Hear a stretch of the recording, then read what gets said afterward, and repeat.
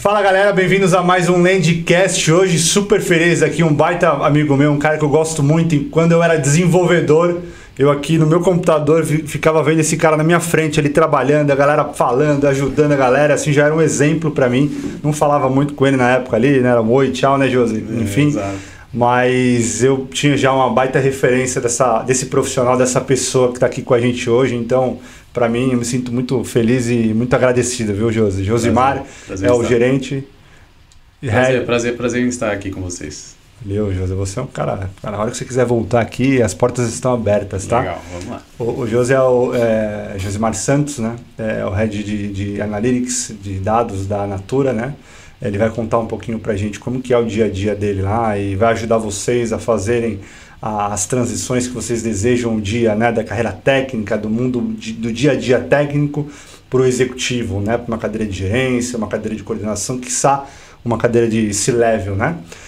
Eu hoje também trago o nosso co-host aqui, o William Mira, conhece bastante de dados, né, Will? Bem-vindo, cara. Muito obrigado. Obrigado por aceitar também o convite de participar com a gente hoje. Que isso.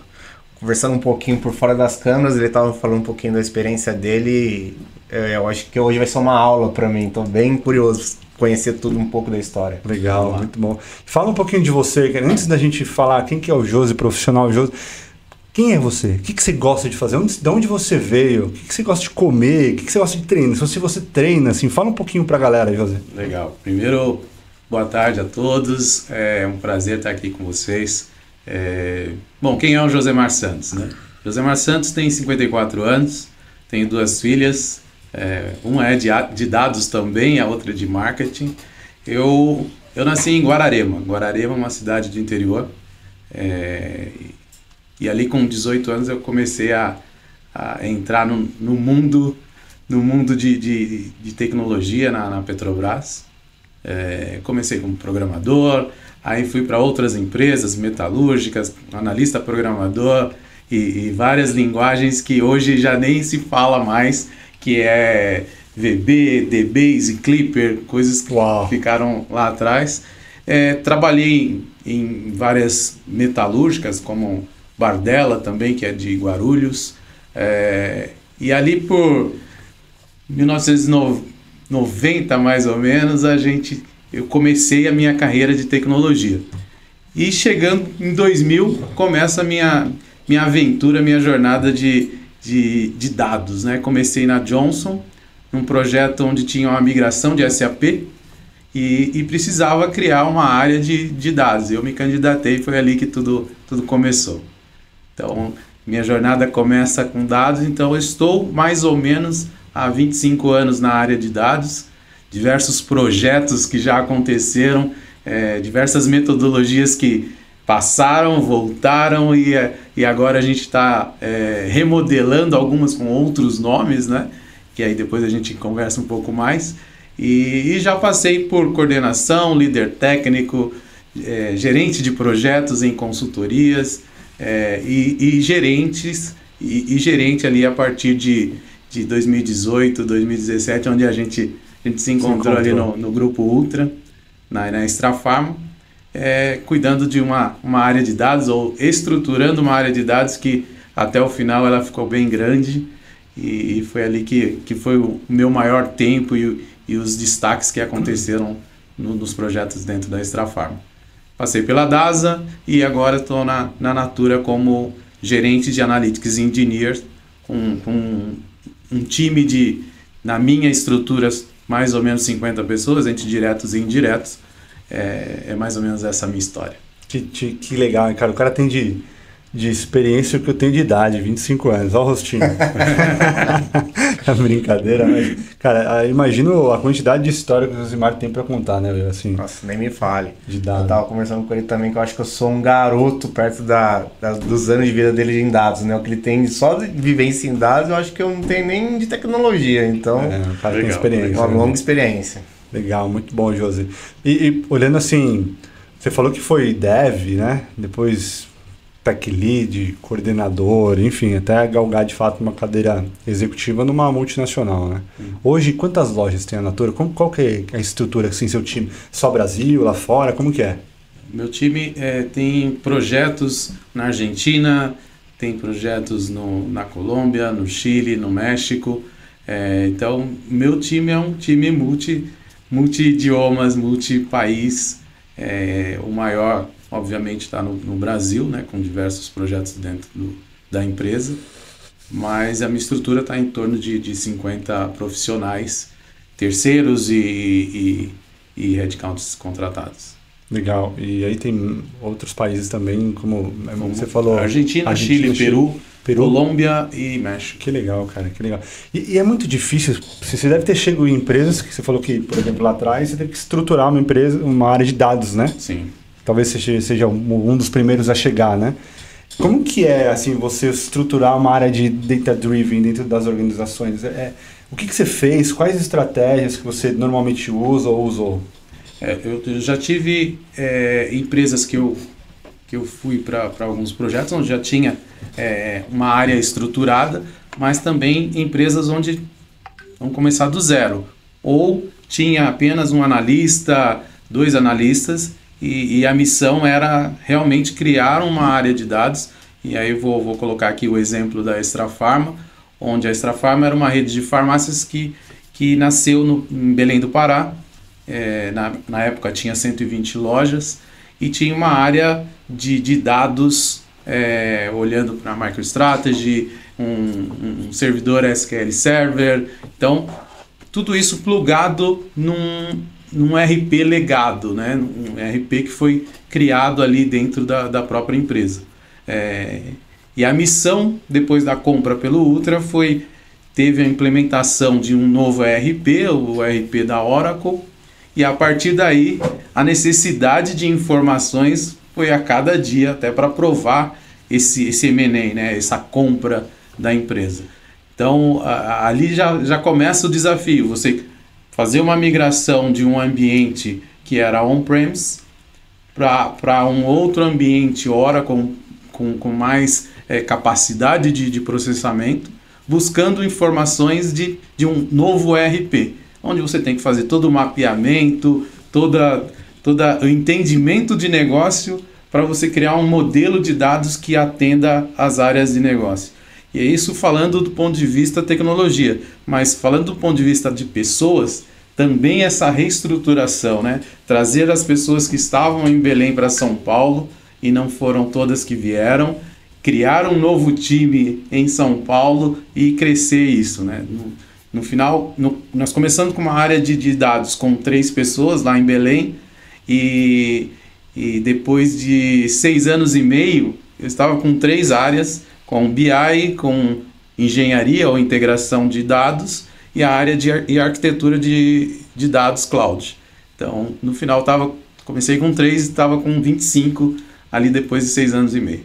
Isso mostra o quão importante é a gente olhar para dados, tomar decisão, né, baseada em dados. Exato. Acho que todo mundo fala isso, né? Vou tomar decisão baseada em dados, mas, cara, eu não vou... Quanto, né? Então, quanto, assim... Hoje em dia eu não vejo mais, né? Assim, o que você acha, Josi? É possível. Assim, não tem mais como, né, fugir disso, né, cara? É possível e é necessário, né? Não tem como uma empresa hoje, independente do sistema que ela utilize, não ter dados consistentes para a tomada de decisão.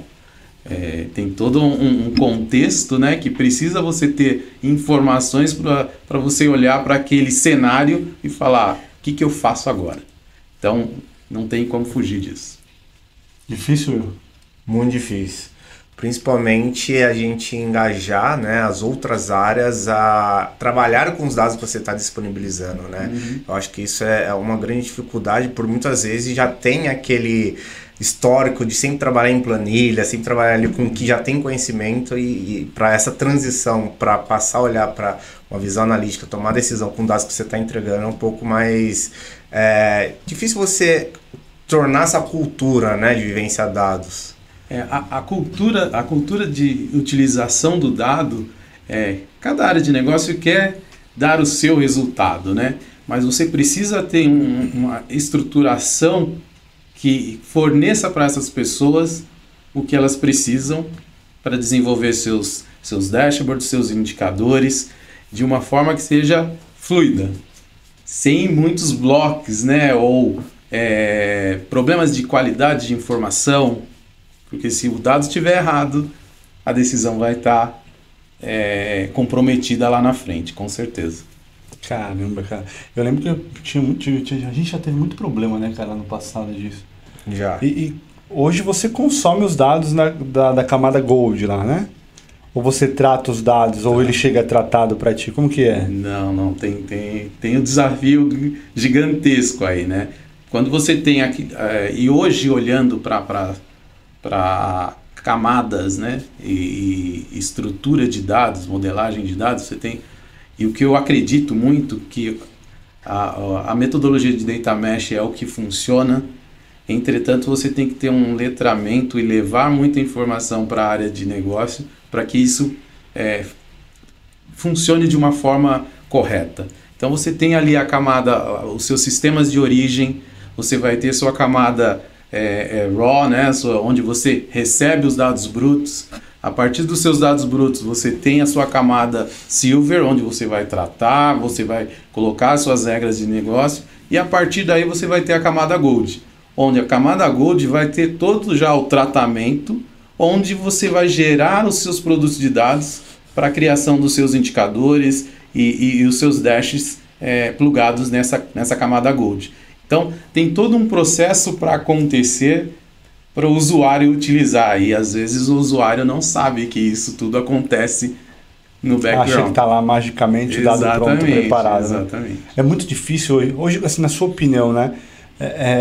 O melhor de fato é ter o dado as a services ali para o usuário plugar e consumir, ou você acha que o ideal seria ter alguém no teu time Analytics pedindo isso com SLA para disponibilizar isso para as áreas? Me pede a demanda, eu faço aqui o que o True Dashboard te entrego, você não tem acesso aqui a como construir, ou como você acha? Eu acho que tem que ter estratégia. A estratégia de dados tem que estar muito bem definida, tá, Vini? Por quê? Você plugar ferramentas direto nos seus sistemas de origem, você pode impactar a operação.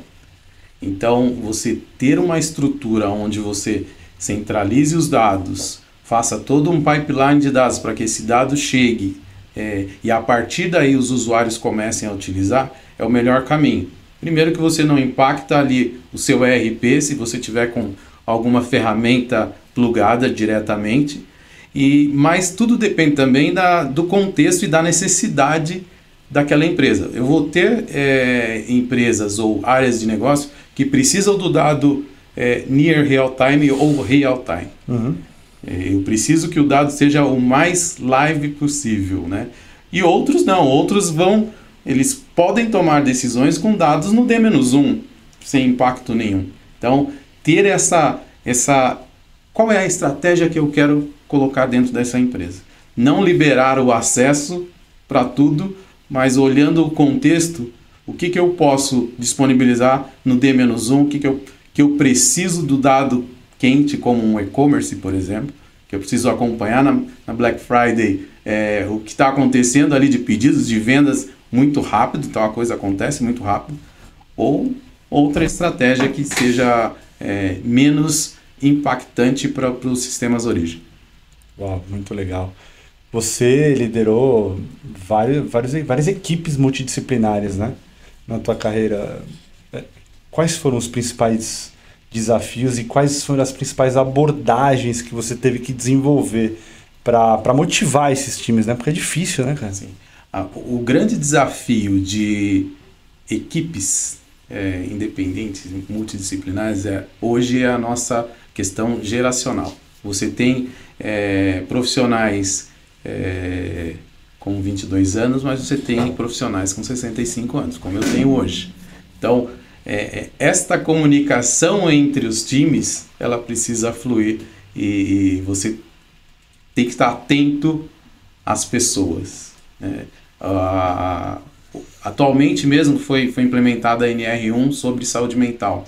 Então, se o gestor não olhar para as pessoas, isso pode quebrar logo ali na frente, né? Não é muito lá na frente, não, é logo ali. Por quê? A dinâmica das empresas hoje é fazer, entregar projetos, etc. E quem faz isso lá na ponta? São as pessoas. Então, acho que o grande desafio do gestor hoje é conseguir estar mais próximo da sua equipe da sua equipe e entender como cada um funciona. A comunicação que eu faço para o Vinícius é diferente da comunicação que eu faço aqui. Então, existem dois tipos, né? De comunicação e de acompanhamento. Eu gosto muito. O cara tem que ter tem a maturidade, né? Exato. Suficiente. Aquele cara é maduro o suficiente de eu ter uma comunicação mais direta, mais assertiva. Aquele cara ele é mais júnior, mais pleno, mais sênior. Então eu preciso saber em qual frente eu vou atacar, né? Se eu vou, né? Esse é um cara mais júnior. Sim. Em sentido técnico, eu vou falar muito mais, né, sobre o techniquez, né? Agora, se é um cara sênior, com a maturidade, né? Um gestor a sênior, sua comunicação vai ser diferente, né, vai ser diferente. E assim, você vai ter um time multidisciplinar, depois a gente vai falar um pouquinho mais, né, Vinícius? Sobre diversidade. Você tem que ter diversidade no seu time. O mundo lá fora é diverso. Se você estiver fazendo um aplicativo olhando para as pessoas que estão desenvolvendo, esse aplicativo não é para essas pessoas, é para fora. Então, tem que ter diversidade, tem que ter mulheres dentro do time, o respeito tem que estar em primeiro lugar. É isso. Nesta comunicação. Por mais que você tenha pressão no seu dia a dia, o respeito precisa ser o inegociável. O que eu sempre falo para o meu time, é inegociável você ter respeito e colaboração. Por mais que eu conheça muito da minha parte técnica, eu também tenho que estar disponível para te ensinar, para oferecer apoio, escutar. Porque no momento que eu estou transmitindo, te ensinando, eu também estou aprendendo. É isso aí. Ele liderou bastante time grande, né, cara? Sim. E como ele havia falado, eu acho que ter essa questão da diversidade também, e entender a personalidade de cada um, né? Porque eu acho que tem muito disso também. Eu já passei por times também que tinha pessoas mais sênior, pessoas mais júniores, e a grande dificuldade dessa comunicação era entender a personalidade, porque por mais que a pessoa seja um nível mais sênior, às vezes ela é introspectivo, ela não tem essa comunicação. Então você tem que entender, colocá-la numa posição em um projeto que ela vai conseguir se desenvolver ali, não precisa tanto de comunicação, e as pessoas que têm um pouco de uma comunicação, colocar em outros tipos de projeto que ela vai conseguir lidar com os clientes ali, os stakeholders, com maior tranquilidade, né? Eu acho que isso é o principal quando você está organizando um time, entender cada personalidade. Exato, isso é importantíssimo, porque às vezes aquele profissional que ele é mais tímido ou mais quieto ali, ele é um excelente profissional e não aparece tanto, né? Ali na empresa como um todo, mas você tem que estar bem próximo, porque senão ele começa a ficar meio deslocado e meio fora do contexto. Então o gestor, ele tem que estar muito atento a essas nuances, né?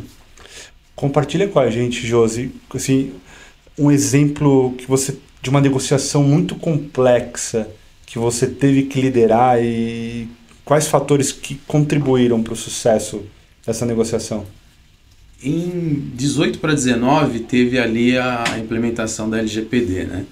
Eu liderei um projeto de adequação à LGPD para os sistemas. E ali eu tive que fazer a estruturação do projeto e também avaliar ferramentas. Então, avaliamos mais de 10 ferramentas ali na época. E aí você vê a questão de valores, preços, etc. E como isso daí impacta no resultado da empresa, a compra de uma nova ferramenta para ser implementada. Então essa negociação para mim foi a mais tensa, porque eu tive que provar que o valor da ferramenta, qual a importância para a empresa do ponto de vista de impacto da lei, e também justificar os valores, né, para o investimento. Então ali foi uma discussão bem mais forte, onde o convencimento não era só no time de tecnologia, tinha que convencer o CFO, tinha que convencer o presidente que aquilo era o melhor caminho naquele momento para a empresa. Legal, é difícil, né? Principalmente quando é algo novo, assim, né? Exato. Que, não sei se já veio no começo do ano já com o orçamento, já... Talvez, aqui você tem X mil de CAPEX para investir em LGPD, né?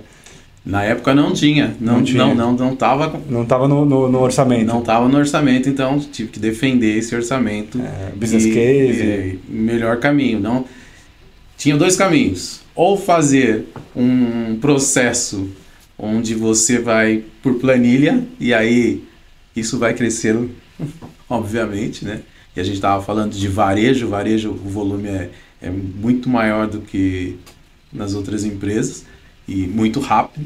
Então eu tive que defender ali o orçamento. Margem baixíssima, né, varejo? Exatamente. Causa bem complexo, né?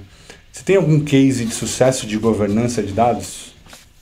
Governança de dados. Um case importante foi, inclusive, né, na época desse projeto de LGPD, todo o mapeamento de processo, seja processos de negócio ou processo sistêmico.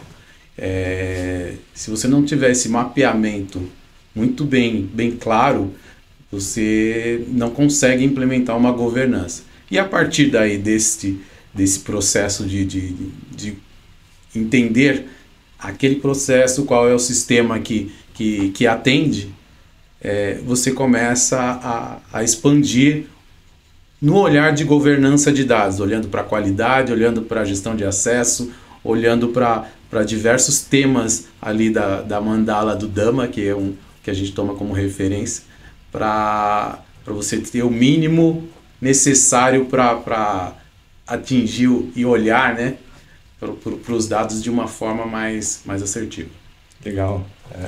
Em cima disso, eu tenho uma pergunta também. Como que você conseguiu mostrar valor, você conseguir estruturar um time de governança de dados? Porque eu acho que isso é uma grande dificuldade quando você vai criar um time de governança de dados, é mostrar valor para o que o time vai trazer para a companhia, né?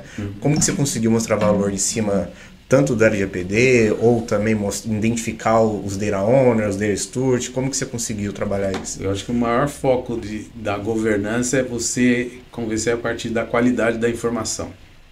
Assim, com essa estrutura de governança, eu vou conseguir demonstrar ou melhorar os processos para que não tenham gaps, com esse desenho de processos, qualidade da informação, gestão de acesso, quem acessa o que e o porquê.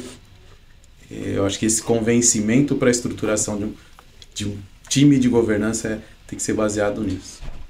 Bacana. Como você tem abordado as questões de LGPD ali com os dados, né? Na Natura? Porque é tudo muito novo, né? Tem alguma estratégia? Já tinha algo rolando? Quais as melhores práticas? LGPD já existe desde 2018, né? A Natura não é diferente, tem uma área de segurança e uma área de privacidade que olha pelo todo. Legal. Mas eu, como Analytics Engineers e junto com os meus Tech Leads, como que é a estrutura, só para que todo mundo também conheça, a gestão, gerente, abaixo você tem o Master Tech Lead, que é coordenadores. Abaixo do Master Tech Lead você tem Tech Leads e depois vem os Analytics Engineers. Os Analytics Engineers ficam nas áreas de negócio. Ali, dentro da área de negócio. Dentro da área de negócio, trabalhando com os POs, com os agilistas, etc. Os Tech Leads, eles dão apoio a esses Analytics Engineers do ponto de vista de referência técnica. Então, o nosso papel aquele projeto vai utilizar dados pessoais ou dados sensíveis, ele tem que ter algum tratamento de mascaramento, de anonimização, tem que ter e colocar na mesa quem é que vai acessar esse dado para justamente criar grupos de acesso específico, não pode estar aberto para toda a empresa. Então é nesse formato que tem que ser a LGPD, que a LGPD veio da GDPR, com algumas nuances ali para atender o Brasil, mas é muito o que a GDPR ditou lá fora. Lá fora, né? Legal demais. Hoje, que dica você daria, né, para um tech lead que está te vendo aí, provavelmente tem alguns, para chegar numa cadeira de executivo, né, cadeira de gerência como você chegou, Que dica você daria para essa galera assim? O que eles devem estudar? Quais iniciativas eles devem ter? Quais dicas você fala? Cara, faz isso que você vai estar no caminho certo. Legal, Vini.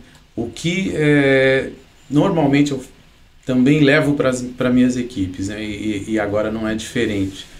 Você chegou até aqui como um excelente técnico. Você passou por júnior, pleno, sênior.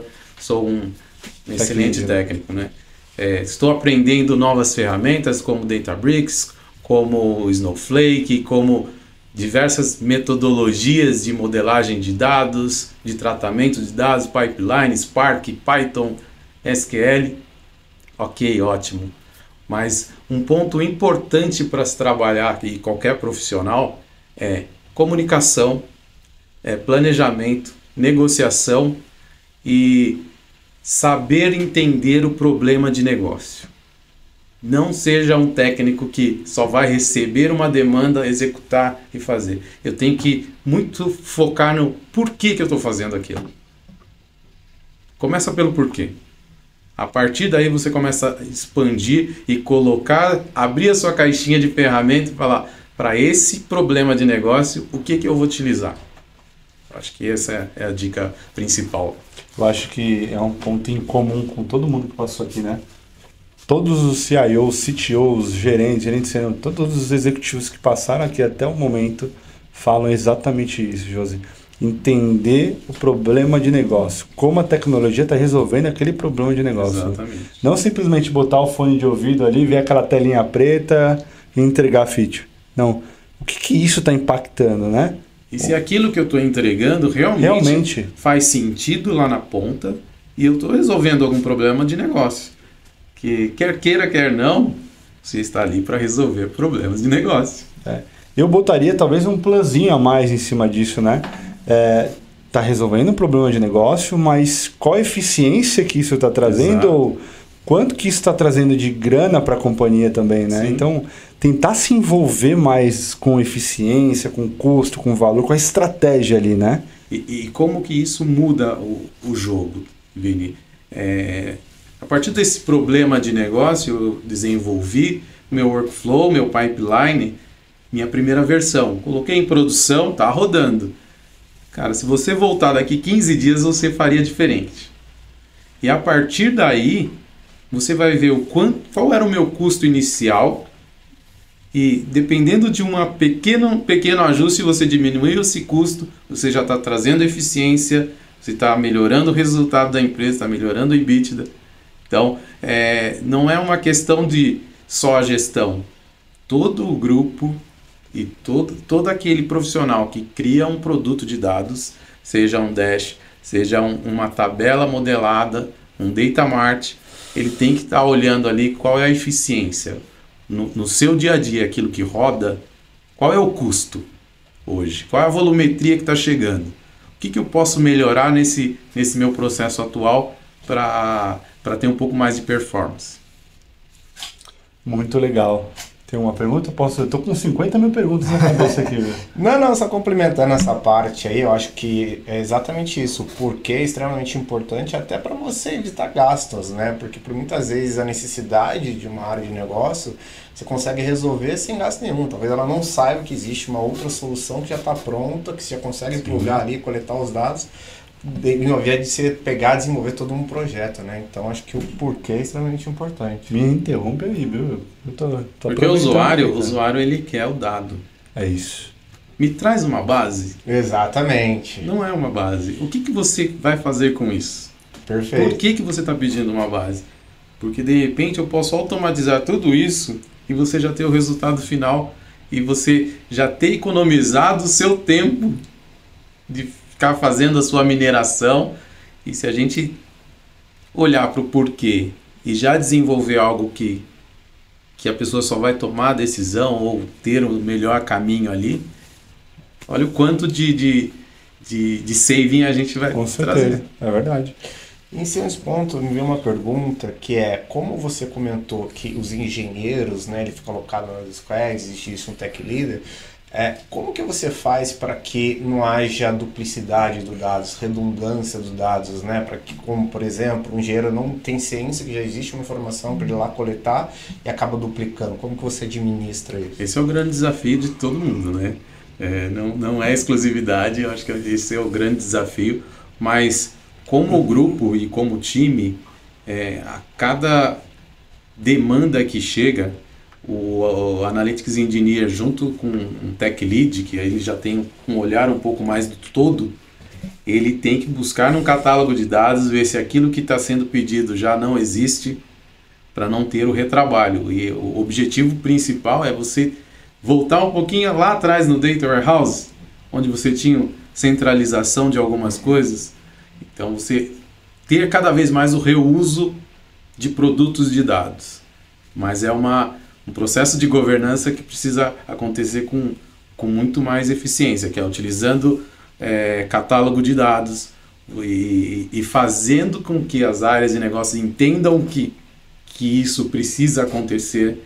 A área de negócio como dona daquele produto de dados e outra área que quer utilizar esse produto, essa discussão, quem paga o quê, são discussões que acontecem no dia a dia, mas o principal, respondendo, a partir daquela demanda eu preciso olhar para a minha documentação, para o meu catálogo de dados e verificar se aquilo já não existe disponível para utilização.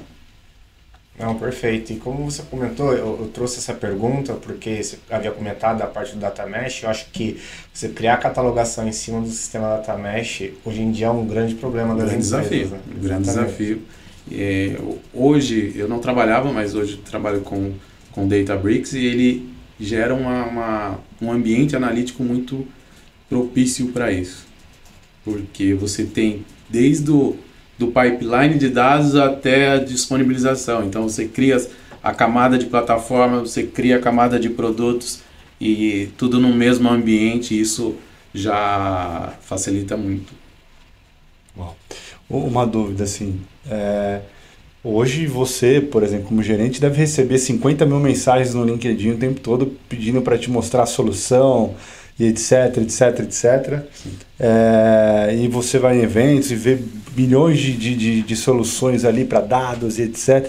Como que você identifica de fato, né, e implementa uma solução que realmente pode agregar valor ao negócio? Qual a tua estratégia nesse sentido? Primeiro, um passo antes, né? Qual é a nossa estratégia de dados?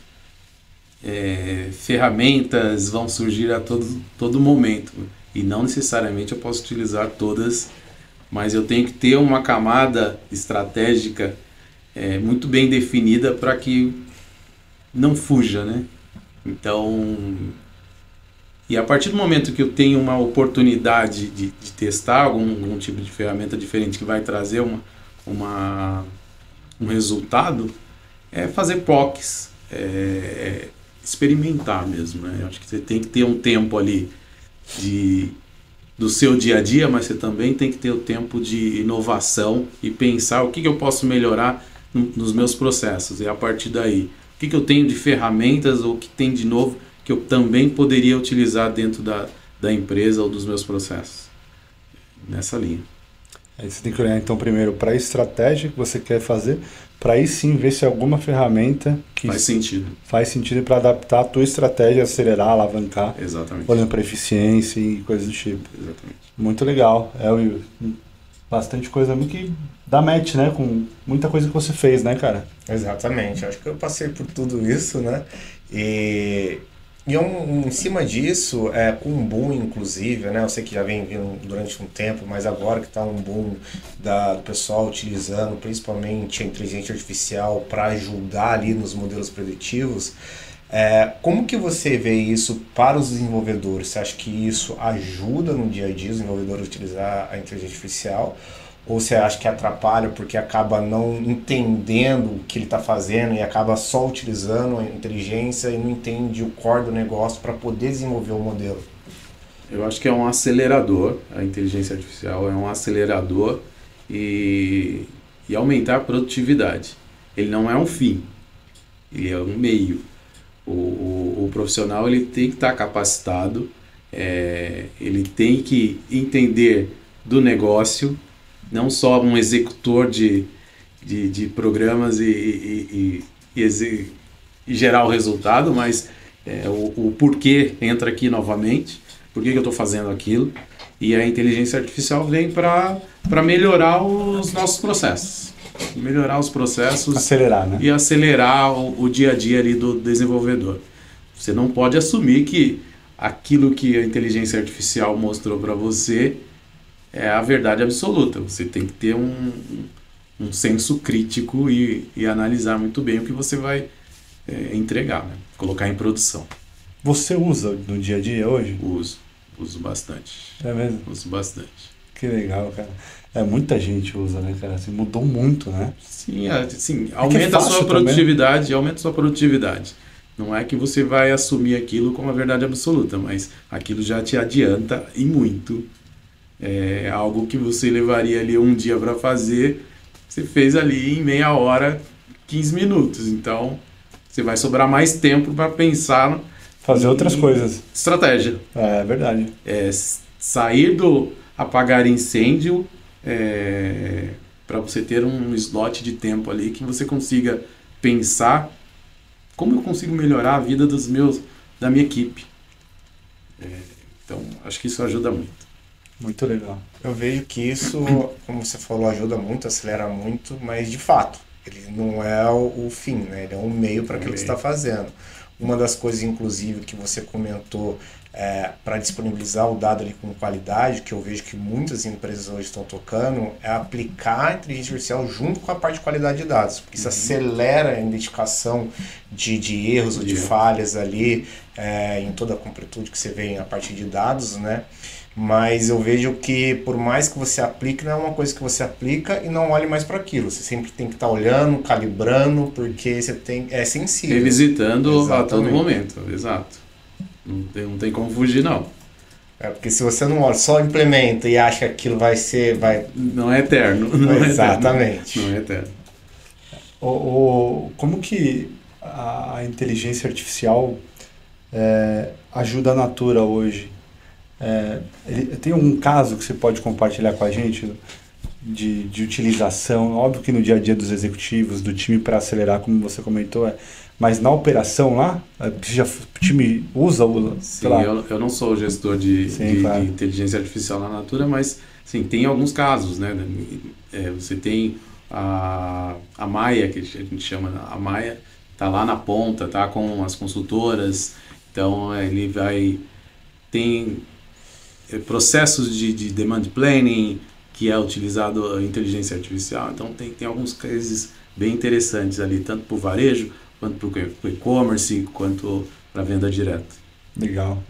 Como que, olhando para a parte de desenvolvimento de políticas, né, executivas, assim, como que você contribui para o desenvolvimento das políticas e até mesmo as estratégias, né, executivas? Eu contribuo no momento que eu começo a entender melhor qual o objetivo de negócio. Contribuo com o olhar para os sistemas, e hoje Natura tem tem uma centena de sistemas, né, espalhados. Então, a partir desses dados que estão chegando aqui, eu consigo contribuir para novas políticas que precisam ser criadas ali no dia a dia. Animal. Vamos falar de um tema que eu sei que o José é super bom e muito focado nesse tema, diversidade. Me fala um pouquinho como que você faz, o que você toca, Fala um pouquinho pra gente desse... Bom, o tema diversidade já entrou no meu dia a dia há algum tempo. Lá atrás, né, quando eu era adolescente, jovem, etc., muitas das coisas passavam desapercebidas, né? Então, nunca parei para pensar, e até olhando para o passado, a questão racismo estrutural a coisa era muito velada. Então eu já passei por diversas situações, como por exemplo entrar numa livraria e o segurança tá me seguindo em todos os corredores ali, né? Então isso hoje você fala, eu consigo me ligar já muito mais fácil. Você entrar num restaurante, sair, ser confundido com não desmerecendo, mas, puxa, você é um manobrista, pode pegar meu carro? Não, também sou cliente igual a você. Simplesmente pela cor da pele, né? Mas voltando um pouco para o mundo corporativo, na base você vai ter ali muitos negros e negras, mas à medida que você vai subindo na pirâmide, cada vez menos, né? Chegar a um posto de liderança, chegar a um posto de gestão é muito difícil. É bem difícil. Se manter num posto de gestão é mais difícil ainda. Subir para cada degrau é cada vez mais difícil. Então, o tema diversidade ele precisa estar na pauta de todos os gestores, porque é ali que vai mudar o dia a dia nas empresas também. Então, independente se é um gestor negro ou negra, todos precisam olhar a diversidade como um carro que vai levar mais à frente ali elevar os profissionais, trazer mais o respeito no dia a dia. Então, é uma responsabilidade de todos os gestores. Me tira uma dúvida, pode ser que eu esteja falando alguma besteira. É dúvida mesmo. Assim. Acho que uma vez me corrigiram, não sei se agora... é negro ou preto? Os dois. Não, tudo bem. Os dois. Falam que tem um certo, um errado, porque eu falei uma vez, não pode falar negro porque na escola falava o quadro negro. Tá. Quadro... tem as conotações, mas hoje não tem... Não tem mais isso, questão. José. Negro ou preto. Nem pensar nisso, né, cara? É um negócio inacreditável, né? Não, tem muita... Ainda tem muito isso, cara? Tem muito. Cara, eu não consigo imaginar isso. E assim, só sabe quem passa cada situação, né? E essa é uma situação que somente negros e negras vão perceber algumas diferenças de tratamento ali naquele momento. Não é algo que você fala, é assim o assado, não. É aquele momento. Eu já tive uma situação que estou indo para o metrô. Logo ali na frente tem um posto policial. Estou eu e meu amigo com mochila, ele branco, eu negro. Eu bati o olho e falei, vou ser parado. Ele falou, você tá maluco, não vai. Eu fui parado, o policial falou, abre a mochila. Eu falei, acabei de sair do trabalho, meu amigo. Com notebook aqui e tal. Puta, que bosta. E o que você tem aí? Abre e mostra. Então, isso acontece. Não dá para normalizar ou ficar adorando a pílula, mas isso acontece e muito. Mulheres também, mulheres negras, tem também e muito, inclusive na tecnologia. As questões de deixar ela de lado, não dar a voz, falar em cima do que aquela mulher está falando. Então, são pequenas coisas que você fala, puxa, não é legal isso. Você, como gestor, deveria dar exemplo. Então, essa... Um abraço pro Rafael, que é um dos meus melhores amigos, negão. Rafa, exato. Te adoro, bicho. Isso aí. Que isso. Isso aí pra mim, cara, enfim... Vamos evoluir, né, cara? Exatamente, vamos evoluir. Nisso, parece que o mundo vem dando uma regredida, né, em relação a isso. E as pessoas precisam parar um pouquinho para olhar que do outro lado ali tem outra pessoa. Ser também. humano, né, cara? De fato. É incrível. Como que você vê a importância? Você falou um pouquinho mais vamos focar no cargo de liderança, assim, qual que é a importância de ter um negro no cargo de liderança, assim, óbvio, ele vai dar outras oportunidades para pessoas também, qual que é a importância de fato ali? A importância de você ser uma referência. Referência, essa é a palavra. Ser uma referência e os profissionais olharem e falar, eu posso chegar ali também. Legal. Teve um episódio que um consultor chegou para mim e falou, puxa, cara, que legal que eu tô falando com você na posição de gerência, porque eu sempre abro a câmera, não fico com a câmera fechada. Legal. Quando eu cheguei aqui, eu vi que você era um gerente negro, para mim já fez diferença. Então, olha só aonde isso chega, né? Você nem imagina, né, cara? Você não imagina que aquilo... para ele seria um tabu, né? Então, não é a gente tem que, a cada dia, ir quebrando algumas pedras. E o racismo estrutural, o racismo velado, isso acontece todo dia, gente. E que tipo de iniciativa você acha que as empresas precisam começar a tomar, né, para criar um ambiente mais inclusivo? Assim? Já a partir Respeito. É o respeito. É olhar para a sua empresa e ter o olhar de que não é só as pessoas que trabalham na sua empresa. Você faz os seus produtos para fora da empresa. É isso aí. E a partir do momento que você olha isso com respeito, você está olhando para todo o seu entorno que gera receita para você. Então, acho que é esse caminho que as empresas precisam refletir e não deixar que isso se perca. E a gente vê o mundo aí com diversas esquerda, direita. Então, os extremos acabam não chegando a nenhum lugar. Pode ser extremo, né? Acaba não chegando a lugar nenhum. E quem perde nisso tudo é a galera que está começando. E só para dar um exemplo aqui também, alguns meses atrás eu participei de um grupo, tinha gente na Itália, na Espanha, no Brasil, na Austrália, e a gente estava olhando para o futuro em 2040. Então, os nossos cases era olhar o que tem hoje e como seria em 2040. Então, isso fez muita diferença para mim, porque eu nunca parei para pensar. O que a gente pode fazer para essa galera que está hoje muito no celular?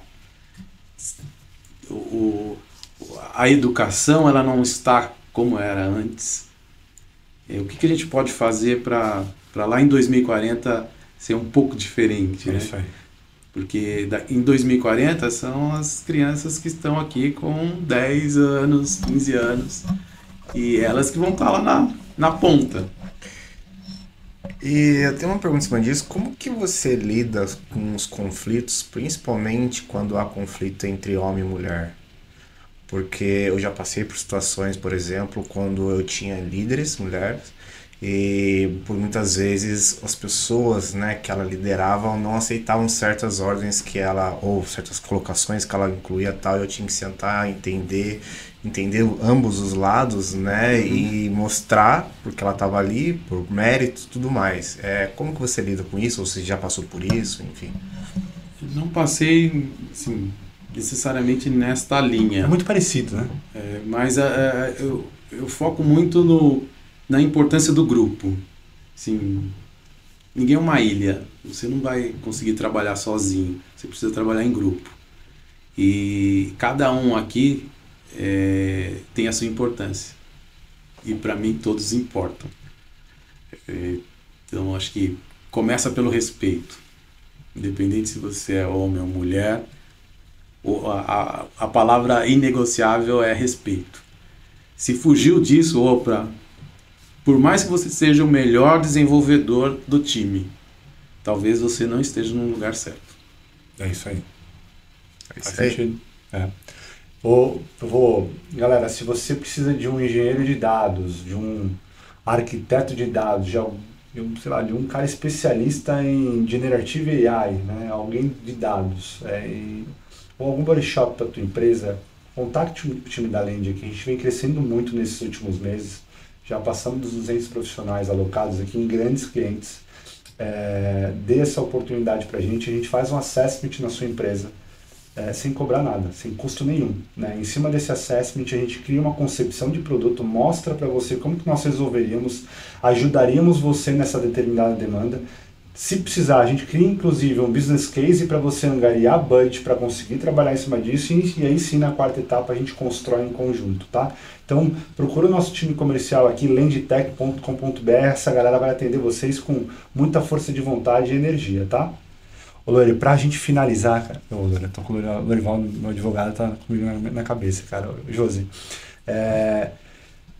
Pra finalizar, cara, assim, como que você se prepara para o dia a dia, né, como executivo, né? Eu, por exemplo, eu entro aqui, eu vejo Exame, UOL, Folha, em vários sites, né, Tourinho, escuto Tourinho, né, da bolsa, para saber como que tá, enfim, vou dormir, dou uma olhada na minha agenda pro outro dia, enfim. Como que você se prepara para o teu dia a dia, assim? Principalmente, assim, olhando para a economia ali, uma coisa de economia, para ver o que está acontecendo, mas olhando para o meu escopo de trabalho, eu utilizo muito o podcast, acompanho vários podcasts aí para também estar antenado o que estão fazendo em outros mercados, em outras empresas. Eu sou um eterno estudante, eu não paro de estudar. Então, por mais que já tenha feito isso ou aquilo, MBA, já fiz inteligência artificial, pós em gestão de projeto, é algo que eu não consigo parar, assim, eu tenho que estar me atualizando em metodologias ou novas ferramentas. Isso me dá insights para aplicar junto com o meu time e discutir e ter repertório para discutir as melhorias ali dentro. Josemar Santos. Isso. Viu? Mais alguma pergunta para o mestre? Que aula, hein, cara? Que aula. Legal. É um prazer estar aqui com vocês. E principalmente ter essa troca, né? Troca de experiências, acho que é o maior ganho que a gente tem aqui, né, no nosso dia a dia. E tem alguma dica, quer falar alguma coisa para o público, agradecer, enfim?